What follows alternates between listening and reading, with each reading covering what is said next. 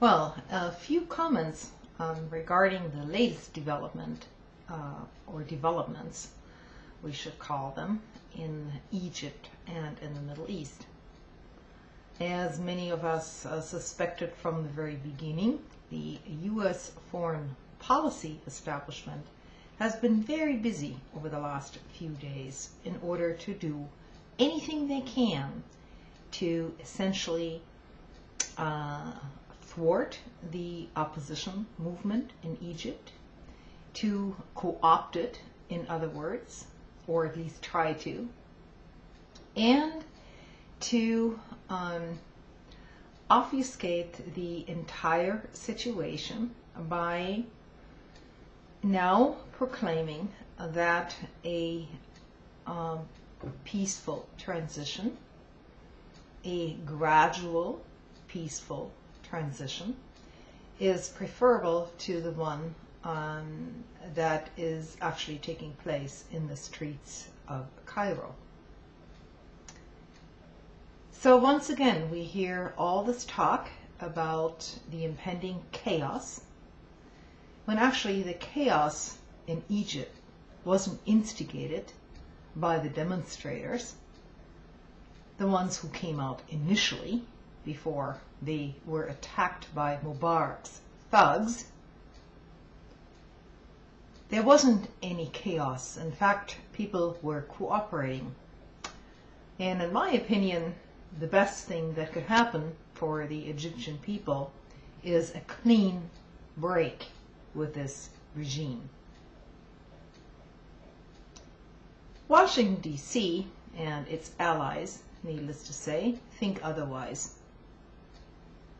Well, at first, paying lip service to Mubarak's ouster, that is, his immediate ouster, they quickly jumped on board with him now proclaiming as his vice president this person who is essentially the head of the entire intelligence and security apparatus in Egypt.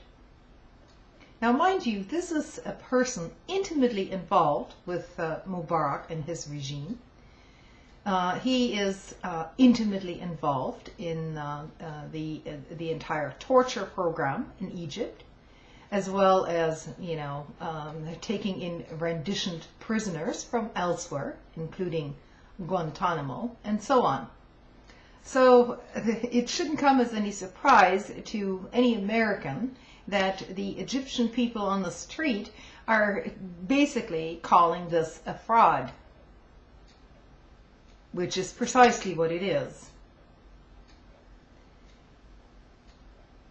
The chaos is going to come once the will of the people who have come out in the millions to the streets is being thwarted once again. Because you can only ignore this for so long before things erupt into violence, which is then the only thing left. I think it was JFK who once said that if you make peaceful revolutions impossible, then violent revolutions become inevitable. And that is precisely what is in the making here. It is opening up the door, once again, to extremism, simply because then it can be said that extremists are taking over. Rather than a temporary government which has absolutely no ties to Mubarak whatsoever.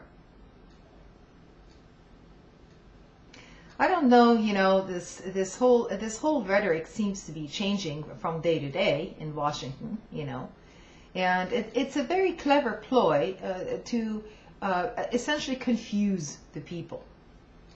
This goes both for Americans and, for the Egyptian audiences. What we see here in the American media is absolutely, it's absolutely mind-boggling, the amount of facts which are completely being left out. So we're now witnessing basically the undermining of this revolutionary movement in Egypt. But I would say this is just the beginning, because this kind of movement, this kind of courage, and this kind of uprising is going to spread elsewhere. And for anybody, you know, who has followed Western foreign policy in the Middle East, it's essentially a no-brainer as to what's going on there. Whether the oligarchs in power will remain or just be replaced by some other puppet remains to be seen, though, because the sentiment on the street will eventually reach a boiling point. And the situation, you know, is very precarious at this point. I would like the Egyptian people and the Arab people in general to succeed in giving the middle finger to their dictatorships in power. That will actually solve quite a few problems. But the Washington consensus doesn't seem to think so. They seem to be just on the same track as they were 50 years ago. Divide and conquer. And to some degree, that's been very effective. Only I'm not sure if this time it's actually going to work.